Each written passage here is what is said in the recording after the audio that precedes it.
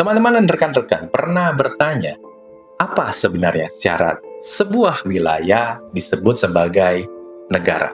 Dan kenapa ada tempat yang terlihat seperti negara, punya pemerintahan, punya wilayah, tetapi tidak diakui oleh negara lain? Dalam hukum internasional ada sebuah acuan penting mengenai hal ini, yaitu Montevideo Convention tahun 1933. Konvensi ini menjelaskan bahwa sebuah negara harus memiliki 4 syarat utama.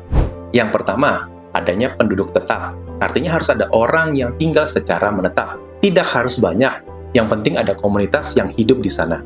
Kedua adalah syarat wilayah tertentu. Sebuah negara harus memiliki wilayah, meskipun batasnya masih bisa diperdebatkan. Tetapi tetap harus ada area yang diklaim. Yang ketiga adalah adanya pemerintahan. Harus ada pemerintahan yang menjalankan negara, mengatur masyarakat, dan menjaga ketertiban.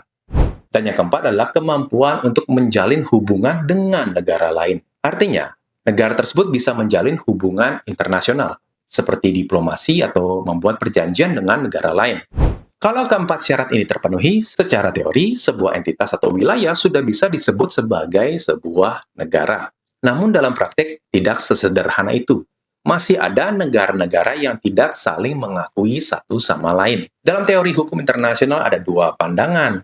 Ada yang berpendapat bahwa selama keempat syarat tadi terpenuhi, sebuah negara sudah sah tanpa perlu adanya pengakuan dari negara lain.